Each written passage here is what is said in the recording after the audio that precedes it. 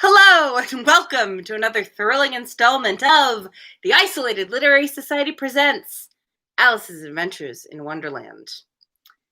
We're on day 3, and we will be starting with chapter 6. If anyone stumbles across this video randomly, you can go to the playlist linked below and go back to the beginning. Or maybe chapter 6, Pig and Pepper, is your favorite chapter, and you're like, no, this is fine. You hear that, Pepper? Yeah, Pepper, where are you? This is your chapter. Oh, he saw me over by the food dish and he thought he would try it. Oh, try his luck. Well, maybe Later. Pepper will make an appearance later, maybe not. All right. Chapter 6, Pig and Pepper. And they always start these chapters like with their foot halfway out the door of the previous chapter. Just to remember, we just were hanging out with the caterpillar. Alice has finally got a handle on the growing and shrinking situation. And then she found a very small house. She got up to her normal size. Then she found a small house. She's like, well, I better eat some more of this mushroom and shrink down to this small house size again. And that's where we are. For a minute or two, she stood looking at the house and wondering what to do next, when suddenly a footman in livery came running out of the wood. She considered him to be a footman because he was in livery. Otherwise, judging by his face only, she would have called him a fish. And rapped loudly at the door with his knuckles. It was opened by another footman in livery with a round face and large eyes like a frog, and both footmen, Alice noted, had powdered hair that curled all over their heads. She felt very curious to know what it was all about, and crept a little way out of the wood to listen. The fish footman began by producing from under his arm a great letter, nearly as large as himself, and this he handed over to the other, saying in a solemn tone, "For the Duchess, an invitation from the Queen to play croquet." The frog footman repeated in the same solemn tone, only changing the order of the words a little, "From the Queen, an invitation for the Duchess to play croquet." Then they bowed low, and their curls got entangled together. Here we have the two footmen. With curls. With curls, and a very large envelope. Alice laughed so much at this that she had to run back into the wood for fear of their hearing her. And when she next peeped out, the fish footman was gone, and the other was sitting on the ground near the door, staring stupidly up into the sky. Alice went timidly up to the door and knocked. "There's no sort of use in knocking," said the footman, "and that for 2 reasons. First, because I'm on the same side of the door as you are. Secondly, because they're making such a noise inside, no one could possibly hear you."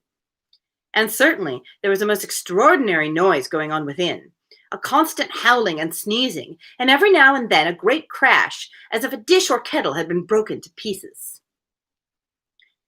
"Please, then," said Alice, "how am I to get in?" "There might be some sense in your knocking," the footman went on without attending to her, "if we had the door between us. For instance, if you were inside, you might knock and I could let you out, you know." He was looking up into the sky all the time he was speaking, and this Alice thought decidedly uncivil. "But perhaps he can't help it," she said to herself. "His eyes are so very nearly at the top of his head. But at any rate, he might answer questions. How am I to get in?" she repeated aloud. "I shall sit here," the footman remarked, "till tomorrow." At this moment, the door of the house opened, and a large plate came skimming out straight at the footman's head. It just grazed his nose and broke to pieces against one of the trees behind him. "Or the next day, maybe," the footman continued in the same tone, exactly as if nothing had happened. "How am I to get in?" asked Alice again in a louder tone. "Are you to get in at all?" said the footman. "That's the first question, you know." It was. What I was thinking. Yeah, I know. Like, why do you want to go into that place where Yeah. people are Why are you assuming that sneezing and throwing plates? And why are you assuming that you should be able to get in? Yeah. Because she wants to. Yes, exactly. No one tells an Englishman where not to go. Exactly. An Englishman arrives and tells them where they should not be. Yes. I claim this land for Spain. All right. It was, no doubt. Only Alice did not like to be told so. It's really dreadful, she murmured to herself, the way all the creatures argue. It's enough to drive one crazy. I know, it's so rude that they don't just do what you tell them. Isn't it, Alice? The footman seemed to think this was a good opportunity for repeating his remark with variations. I shall sit here, he said, on and off for days and days. But what am I to do? Said Alice. Anything you like, said the footman, and began whistling. Oh, there's no use in talking to him, said Alice desperately. He's perfectly idiotic. And she opened the door and went in. The door led right into a large kitchen, which was full of smoke from one end to the other. The Duchess was sitting on a three-legged stool in the middle, nursing a baby. The cook was leaning over the fire, stirring a large cauldron, which seemed to be full of soup. Well, there's certainly too much pepper in that soup, Alice said to herself, as well as she could for sneezing. There was certainly too much of it in the air. Even the Duchess sneezed occasionally, and as for the baby, it was sneezing and howling alternately without a moment's pause. The only things in the kitchen that did not sneeze were the cook and a large cat which was sitting on the hearth and grinning from ear to ear. Please, would you tell me, said Alice a little timidly, for she was not quite sure whether it was good manners for her to speak first, why your cat grins like that? It's a Cheshire cat, said the Duchess, and that's why. Pig! Wow. She said that last word with such a sudden violence that Alice quite jumped, but she saw in another moment that it was addressed to the baby and not to her, so she took courage and went on again. I didn't know that Cheshire cats always grinned. In fact, I didn't know that cats could grin. They all can, said the Duchess, and most of them do. I don't know of any that do, Alice said very politely, feeling quite pleased to have got into a conversation. You don't know much, said the Duchess, and that's a fact. Here we have the Duchess with the baby and the cook and the Cheshire cat. First appearance of the Cheshire cat, rather different in the book than in the Disney movie. I don't even know when he first shows up. I think he first shows up just like she sees the moon and then it's his grin. Oh, yeah. And then he's in a tree. The Duchess just in and the the woods. baby aren't even Yeah, part of no. like, this whole cottage. Is they not part of. totally cut the Duchess out. I mean, she's kind of a gross person.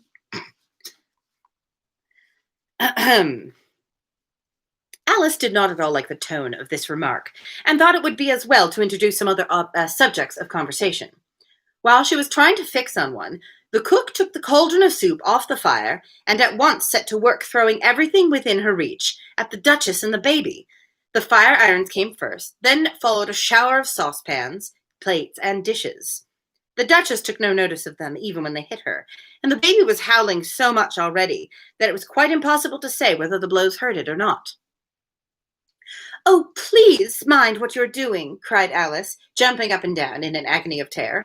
Oh, there goes his precious nose, as an unusually large saucepan flew close by it and very nearly carried it off. If everybody minded their own business, said the Duchess in a hoarse growl, the world would go round a deal faster than it does. Which would not be an advantage, said Alice, who felt very glad to get an opportunity of showing off a little of her knowledge. Just think of what work it would make with the day and night. You see, the Earth takes 24 hours to turn round on its axis. Talking of axes, said the Duchess, chop off her head. Alice glanced rather anxiously at the cook to see if she meant to take the hint. Sorry, Pepper is trying to get into a paper bag just off camera here. It finally tilted over so he could get in it, and then he was like, nah, I'm not interested anymore. Yeah. Come here, this is your chapter, Pepper. Yeah. Don't you want to say hello? You're not a pig, are you? No. Hello. Pepper says hello. Mwah. There's too much of you in the soup. Did you know? He's like, well, there's definitely not enough of it in me. That's true. He was very cross. I had some chicken soup earlier today, and I didn't even share it with him. So rude. Extremely. Alice glanced rather anxiously at the cook to see if she meant to take the hint. But the cook was busily stirring the soup and seemed not to be listening, so she went on again. 24 hours, I think. Or is it 12? Oh, don't bother me, said the Duchess. I never could abide figures. And with that she began nursing her child again, singing a sort of lullaby to it as she did so, and giving it a violent shake at the end of every line. People don't shake babies. Yeah. Just putting it out there. You might not have heard this before. A lot of people don't know this, but you're actually not supposed to shake babies. Yeah, don't shake a baby. It's not a Polaroid picture. Also, you're not supposed to shake Polaroid pictures, actually. Anyway, the lullaby. Speak roughly to your little boy and beat him when he sneezes. And he only does it to annoy, because he knows it teases. And the chorus, in which the cook and the baby joined, wow, wow, wow. While the Duchess sang the second verse of the song, she kept tossing the baby violently up and down, and the poor little thing howled so that Alice could hardly hear the words.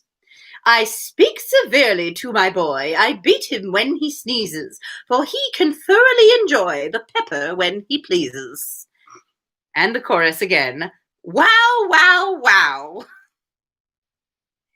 Here, you may nurse it a bit if you like, the Duchess said to Alice, flinging the baby at her as she spoke. I must go and get ready to play croquet with the Queen. And she hurried out of the room. The cook threw a frying pan after her as she went out, but it just missed her. I really do wonder what he was getting at with this scene, because it just seems very absurd. Just like the cook who is alternately ignoring everything and stirring the soup or throwing things at people, and the pepper in the air. I'm like, is this a math joke?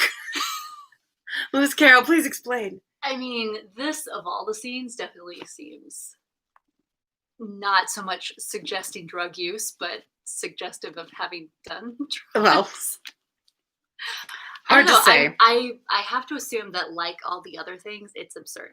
Yeah. It's just...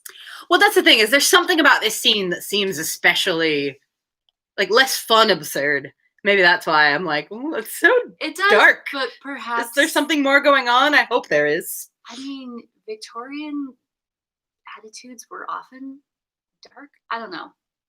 These are the same people who felt that it was okay to box children's ears. That's very true. That was an appropriate punishment. Don't put children's ears in a box. They need them. An appropriate punishment for anyone is hitting them upside the head so hard that they could potentially bleed or have an aneurysm. Don't do that. Yeah. Also, as Tila says, do not yeet the baby. Don't yeet the babies.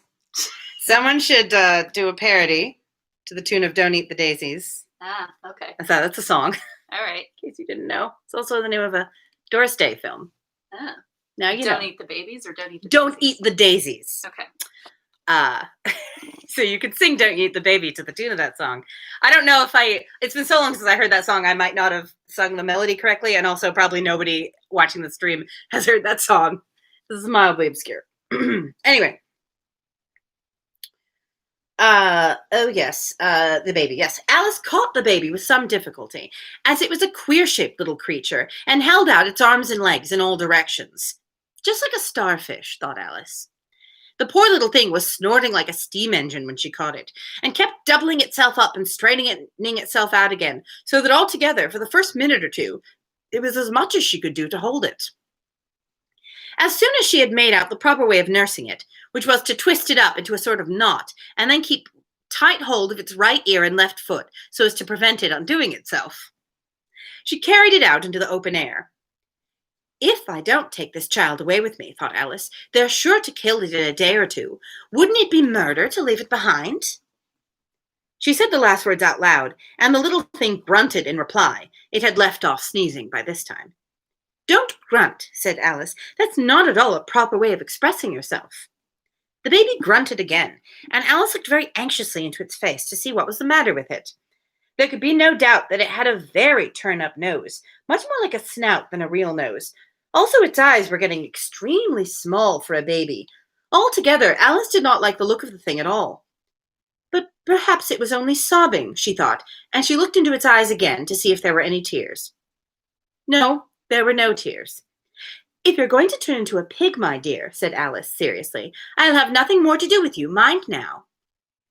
The poor little thing sobbed again, or grunted, it was impossible to say which, and they went on for some while in silence. Alice was just beginning to think to herself, now what am I to do with this creature when I get it home? When it grunted again so violently that she looked down into its face in some alarm. This time there could be no mistake about it. It was neither more nor less than a pig, and she felt that it would be quite absurd for her to carry it further. There we have Alice and the Pig Baby. Fun fact, one year a friend of mine threw a Wonderland themed tea party for Halloween. And I really wanted to dress up as a character from the books, but I wanted to dress up as one that no one else at the party would dress up as. So I dressed up as the Pig Baby. Also, that was the year of the swine flu, so it was very hard to find a rubber pig nose in a costume store. Everyone had, it was like real close to Halloween, and everyone was like, oh yeah, everybody who's really lazy is going as swine flu for Halloween. Yeah. So that's why I hate those. I had to go to I had to buy a bag of assorted animal noses that had a pig in it. I couldn't just buy one pig nose. Anyway, and then I had a bonnet and a nightgown. I was very pleased with myself. How many people do you think have dressed up as Pig Baby? A lot of Alices, a lot of Mad Hatters. Yes. A lot of March Hares, a lot of Cheshire Cats, a lot of Red Queens. Yes, Not a lot. Lots of Red Queens. Not a lot of Pig Babies. I'm unique. Aaron says, oh, they should call that pig Peppa on account of the soup. Are you familiar with Peppa Pig? Oh, yes. Yeah. Good times. Oh, stupid backdrop is tilting at me again. I'm not a windmill. Stop tilting at me. It does look rather ominous. There we go. That's much better. Okay. So she set the little creature down and felt quite relieved to see it trot away quietly into the wood. If it had grown up, she said to herself, it would have made a dreadfully ugly child, but it makes rather a handsome pig, I think. And she began thinking over other children she knew who might do very well as pigs, and was just saying to herself, if only one knew the right way to change them, when she was a little startled to see the Cheshire Cat sitting on a bough of a tree a few yards off. The cat only grinned when it saw Alice. It looked good-natured, she thought. Still, it had very long claws and a great many teeth, so she felt that it ought to be treated with respect. Ah, Alice has a sensible thought. Nice.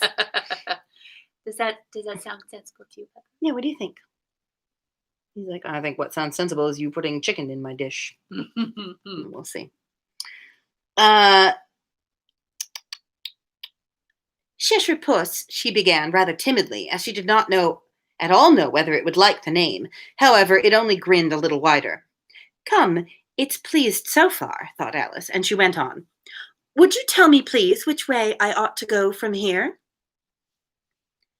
That depends a good deal on where you want to get to, said the cat. I'll pause, give you guys the cat, Cheshire Cat illustration. I don't much care where, said Alice. Then it doesn't matter which way you go, said the cat. As long as I get somewhere, Alice added as an explanation. Oh, you're sure to do that, said the cat, if you only walk long enough. He's like the only sensible person in this whole book. I mean, honestly, the frog footman was being fairly sensible. That's true. In the sense of being like, there's no point in you knocking on the door. I'm out here. Yes. And it's so loud inside, they won't hear you in there. Yeah. And when she says, but how am I to get in? He's like, well, are you to get in? Like, he was... That's true. He was pretty sensible, pretty sensible, actually. That's true. The Cheshire Cat is just the most fun. Yes. Alice felt that this could not be denied, so she tried another question. What sort of people live about here? In that direction, the cat said, waving its right paw around, lives a hatter, and in that direction, waving the other paw, lives a March hare. Visit either you like. They're both mad. But I don't want to go among mad people, Alice remarked. Oh, you can't help that, said the cat. We're all mad here. I'm mad. You're mad. How do you know I'm mad? Said Alice.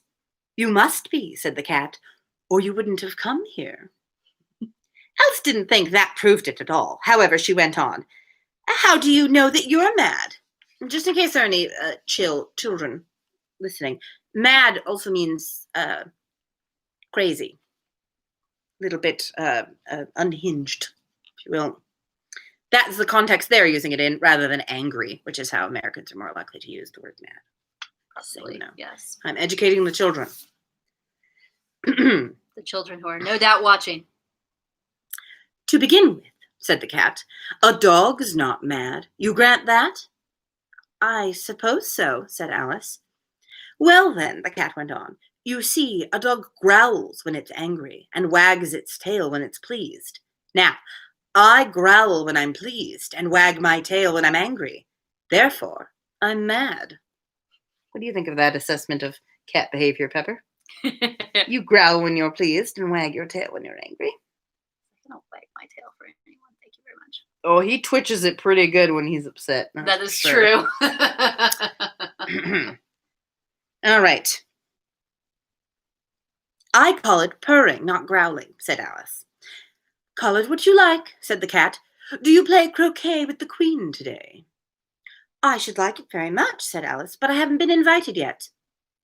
You'll see me there, said the cat, and vanished. Alice was not much surprised at this. She was getting so used to queer things happening. While she was looking at the place where it had been, it suddenly appeared again. By the by, what became of the baby? Said the cat. I'd nearly forgotten to ask. It turned into a pig, Alice quietly said, just as if it had come back in a natural way. I thought it would, said the cat, and vanished again.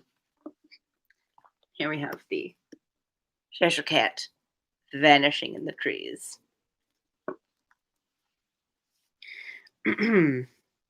Alice waited a little, half expecting to see it again, but it did not appear, and after a minute or two she walked on in the direction in which the March hare was said to live. I've seen hatters before, she said to herself. The March hare will be much the most interesting, and perhaps as this is May, it won't be raving mad, at least not so mad as it was in March. Good logic. As she said this, she looked up, and there was the cat again, sitting on the branch of a tree. Did you say a pig or a fig? Said the cat. I said pig, replied Alice, and I wish you wouldn't keep appearing and vanishing so suddenly. You make one quite giddy. All right, said the cat, and this time it vanished quite slowly, beginning with the end of the tail and ending with the grin, which remained some time after the rest of it had gone. Well, I've often seen a cat without a grin, thought Alice, but a grin without a cat, it's the most curious thing I ever saw in my life. Also a classic line. Yes. Perhaps not so famous as We're All Mad Here, but it's a good one. She had not gone much farther before she came in sight of the house of the March hare. She thought it must be the right house because the chimneys were shaped like ears and the roof was thatched with fur. It was so large a house that she did not like to go near till she had nibbled some more of the left-hand bit of mushroom and raised herself to about 2 feet high. Even then, she walked up towards it rather timidly, saying to herself, Suppose it should be raving mad after all. I'd almost wish I'd gone to see the hatter instead. Little does she know about that hatter. I was just thinking that I was like, wait a minute. I forgot that she was so small. Now she's 2 feet high. So before she was, let's say, less than 1 foot. So that was a very small pig. Yes. And a very small cat. I guess the Cheshire Cat must be able. Duchess. And a very small duchess, to say the least. A very small duchess. To say nothing of the cook. Yeah. I mean, the fish and the frog seem to be the only ones who are like at a sensible size for their species. Although God knows what species the duchess is. That's very true. She does seem to be related to the queen, though. Tila said, like a teacup pig. Ah. Teacup. Yeah.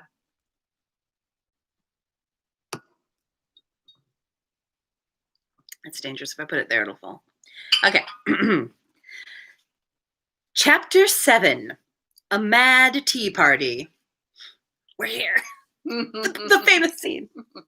I think the most famous scene. Wouldn't you agree? Yes. Yes, I think so. There was a table set out under a tree in front of the house, and the March Hare and the Hatter were having tea at it. A dormouse was sitting between them, fast asleep, and the other two were using it as a cushion, resting their elbows on it and talking over its head. Very uncomfortable for the dormouse, thought Alice. Only, as it's asleep, I suppose it doesn't mind. The table was a large one, but the three were all crowded together at one corner of it. No room, they cried as they saw Alice coming. There's plenty of room, said Alice indignantly, and she sat down in a large armchair at one end of the table. Have some wine, the March Hare said in an encouraging tone. Alice looked all round the table, but there was nothing on it but tea. I don't see any wine, she remarked. There isn't any, said the March Hare. Then it wasn't very civil of you to offer it, said Alice angrily. It wasn't very civil of you to sit down without being invited, said the March Hare. I didn't know it was your table, said Alice. It's laid for a great many more than 3.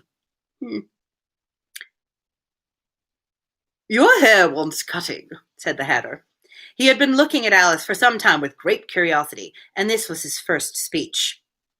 I think I must now share the picture, now that Alice is seated at the table. The famous picture I think we have all seen before. Yes.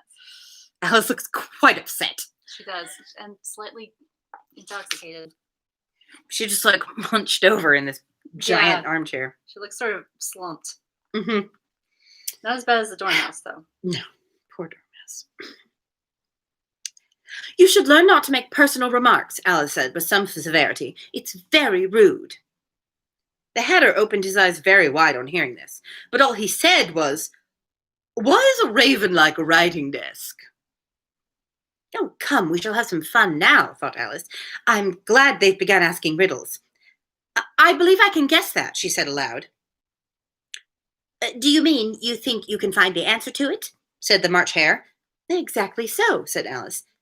Then you should say what you mean, the March Hare went on.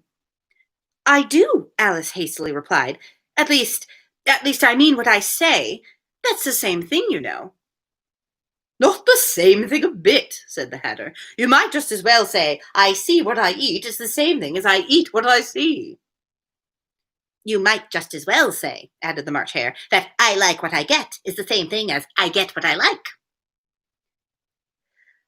You might just as well say, added the Dormouse, who seemed to be talking in his sleep, that I breathe when I sleep is the same thing as I sleep when I breathe.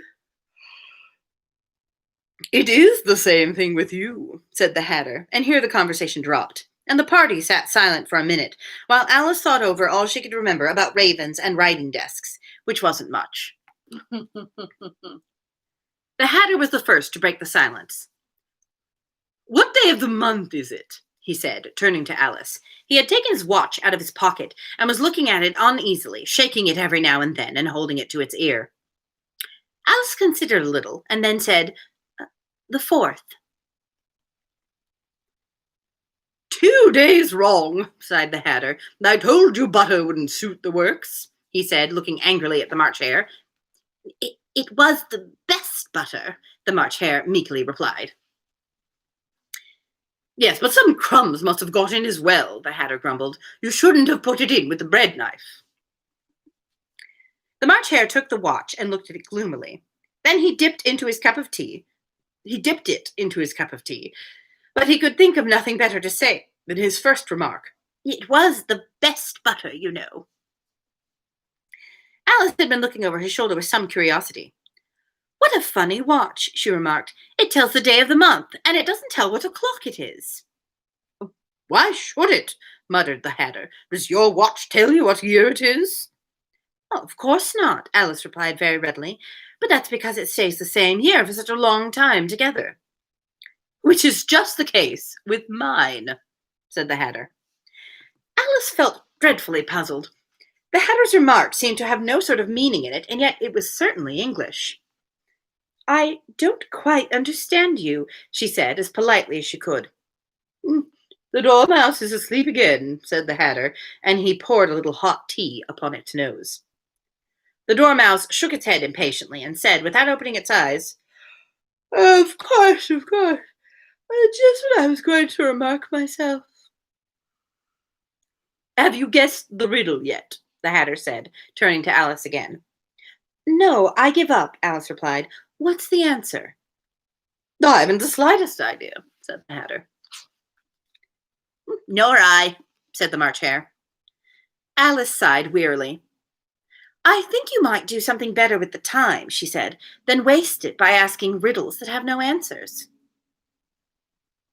"If you knew time as well as I do," said the Hatter, "you wouldn't talk about wasting it. It's him." Yeah, that's right, Alice. Get your pronouns correct. I don't know what you mean," said Alice. "Of course you don't," the Hatter said, tossing his head contemptuously. "I dare say you never even spoke to time." "Perhaps not," Alice cautiously replied. "But I know I have to beat time when I learn music." "Ah, that accounts for it," said the Hatter. "He won't stand beating. Now, if you only kept on good terms with him, he'd do almost anything you liked with the clock. For instance, suppose it were 9 o'clock in the morning, just time to begin lessons. You'd only have to whisper a hint to time, and round goes the clock in a twinkling. 1:30, time for dinner." "I only wish it was," the Hare said to itself in a whisper. Oh, Pepper, you can understand that sentiment, can't you? Pepper would love to make it dinner time He tries very hard to make it dinner time all the time. Yeah. "That would be grand, certainly," said Alice thoughtfully. "But then I shouldn't be hungry for it, you know." "Not at first, perhaps," said the Hatter. "But you could keep it at 1:30 as long as you liked." "Is that the way you manage?" Alice asked. The Hatter shook his head mournfully. "Not I," he replied. "We quarrelled last March, just before he went mad, you know," pointing with his teaspoon at the March Hare. "It was the great concert given by the Queen of Hearts, and I had to sing 'Twinkle, Twinkle, Little Bat, How I Wonder What You're At.'"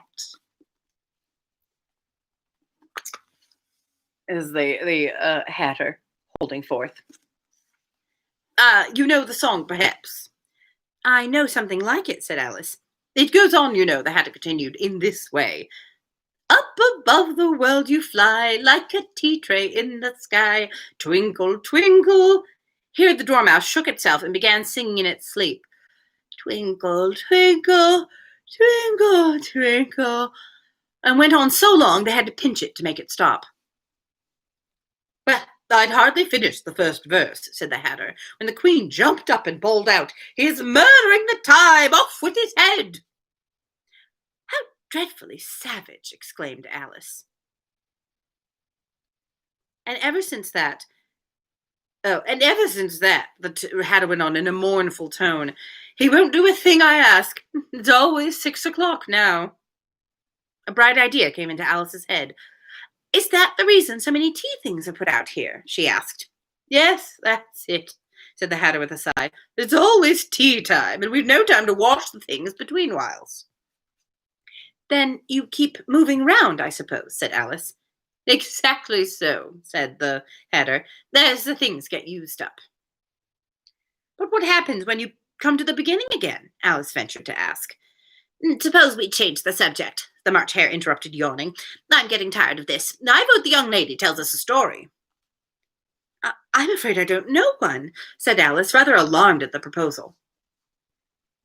"Then the Dormouse shall," they both cried. "Wake up, Dormouse!" And they pinched it on both sides at once. The Dormouse slowly opened its eyes. "I wasn't asleep," he said in a hoarse, feeble voice.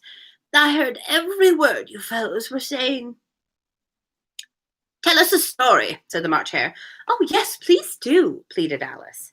"And be quick about it," added the Hatter, "or you'll be asleep again before it's done." "Once upon a time there were 3 little sisters," the Dormouse began in a great hurry, "and their names were Elsie, Lacey, and Tilly, and they lived at the bottom of the well." What did they live on? Said Alice, who always took a great interest in questions of eating and drinking. They lived on treacle, said the Dormouse after thinking a minute or two. Oh, they couldn't have done that, you know, Alice gently remarked. They'd have been ill. So they were, said the Dormouse, very ill. Alice tried to fancy to herself what such an extraordinary way of living would be like, but it puzzled her too much, so she went on. But why did they live at the bottom of a well? Take some more tea, the March Hare said to Alice very earnestly. I've had nothing yet, Alice replied in an offended tone, so I can't take more. You mean you can take less, said the Hatter. It's very easy to take more than nothing. That is a very good point. More than nothing. That is a very good point. Nobody asked your opinion, said Alice. Who's making personal remarks now? The Hatter asked triumphantly. Alice did not quite know what to say to this, so she helped herself to some tea and bread and butter, and turned to the Dormouse and repeated her question. Why did they live at the bottom of a well? The Dormouse, again, took a minute or two to think about it, and then said, It was a treacle well. There's no such thing, Alice was beginning very angrily, but the Hatter and the March Hare went, Shh, shh, and the Dormouse sulkily remarked, If you can't be civil, you'd better finish the story for yourself. Oh, no, please go on, Alice said very humbly. I won't interrupt again. I dare say there may be one. One indeed, said the Dormouse indignantly. However, he consented to go on. And so, these little sisters, they were learning to draw, you know. What did they draw? Said Alice, quite forgetting her promise. Oh my God, just... Treacle, said the Dormouse, without considering it all this time. I want a clean cup, interrupted the Hatter. Let's all move one place on. He moved on as he spoke, and the Dormouse followed him. The March Hare moved into the Dormouse's place, and Alice rather unwillingly took the place of the March Hare. The Hatter was the only one who got any advantage from the change, and Alice was a good deal worse off than before, as the March Hare had just upset the milk jug onto his plate. Alice did not wish to offend the Dormouse again, so she began very cautiously. But I don't understand. Where did they draw the treacle from? You can draw water out of a water well, said the Hatter, so I should think you could draw treacle out of a treacle well. Eh, stupid? Wow. But they were in the well, Alice said to the Dormouse, not choosing to notice this last remark. Of course they were, said the Dormouse. Well in. This answer so confused poor Alice that she let the Dormouse go on for some time without interrupting it. I don't know why, but that is one of my favorite jokes in this book or something. But they were in the well. Of course they were. Well in. Such a small little play on words, but I find it hilarious. Also, good advice for getting people to stop interrupting you. Yes. She said as she interrupted. They were learning to draw, the Dormouse went on, yawning and rubbing its eyes, for it was getting very sleepy. And they drew all manner of things, everything that begins with an M. Oh, why with an M? Said Alice. Why not? Said the March Hare. Alice was silent. The Dormouse had closed its eyes by this time and was going off into a doze, but on being pinched by the Hatter, it woke up again with a little shriek and went on. That begins with M, such as mousetraps and the moon, and memory and muchness. You know, you say things are much of a muchness. Well, did you ever see such a thing as a drawing of a muchness? Really, now you ask me, said Alice, very much confused. I don't think. Then you shouldn't talk, said the Hatter. Also a great line. This piece of rudeness was more than Alice could bear. She got up in great disgust and walked off. The Dormouse fell asleep instantly, and neither of the others took the least notice of her going, though she looked back once or twice, half hoping they would call after her. The last time she saw them, they were trying to put the Dormouse into the teapot, as pictured here. Poor Dormouse. Yeah. Can't catch a break. Mm. At any rate, I'll never go there again, said Alice as she picked her way through the wood. It's the stupidest tea party I was ever at in my life. Just as she said this, she noticed that one of the trees had a door leading right into it. That's very curious, she thought. But everything's curious today. I think I may as well go in at once. And in she went. Once more, she found herself in the long hall, and close to the little glass table. Now, I'll manage better this time, she said to herself, and began by taking the little golden key and unlocking the door that led into the garden. Then she went to work nibbling at the mushroom. She had kept a piece of it in her pocket, till she was about a foot high. Then she walked down the little passage, and then she found herself at last in the beautiful garden, among the bright flower beds and the cool fountains. Finally in the garden. And on that note, I think we will wrap up for today and go on tomorrow with the Queen's Croquet Ground. Exciting time. Very exciting. Yes. All right. Well, thank you everyone for tuning in. Apologies for the slight delay in starting. Figuring out the lighting situation as the days grow darker. It was so nice to just be able to turn on my laptop and sit down on the couch and just read a book to you all. It was so casual. But if I want to continue this into the winter, unfortunately, I have to arrange some sort of lighting situation. I didn't have to do this. I was trying to be fancy, and maybe this was hubris. Trying to set this nice backdrop for myself, but am I trying too hard?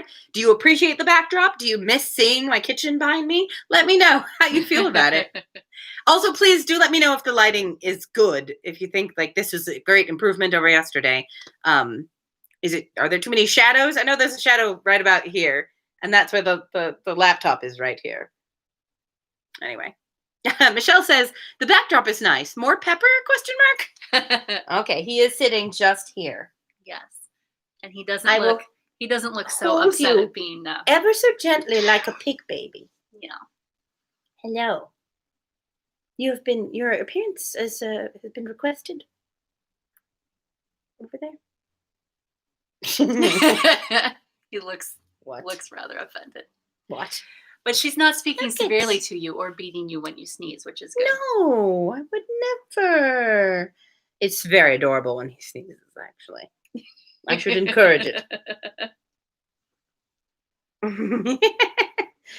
He's just looking at me like, are you quite finished, woman? Anyway, thank you everyone for tuning in. I'm glad that you guys enjoyed the reading today and the pepper. If you are new to the stream, links below to playlists with previous books that we've read. Amber's kind of leaning back now like, I'm done. He looks like he's pushing himself away from you. You're such a sweet boy, even when you're being mad. There are links below to the previous playlists, to my website, to my Bandcamp store where you can buy my music, and also an audiobook I released of short stories that I wrote. Also, there's a link below to the tips page, sarahshay.com/tips. If you are so inclined and you've been enjoying these and you would like to send me a little something, it would be greatly appreciated. These are very hard times for performers, and I mean for lots of people. But yes, being a performer who also freelances, it's been a very rough time. So if you're in a position to do so, it'd be greatly appreciated. But mostly I just appreciate you guys being here and enjoying these stories with me. So I will hopefully see you all tomorrow. Okay. Oh my God. I think, okay, it's clearly dinner time. Jeez. Yeah. Well, I haven't heard him get that mad in a long time. Okay, I better go feed the beast. Good night, everybody. Wow.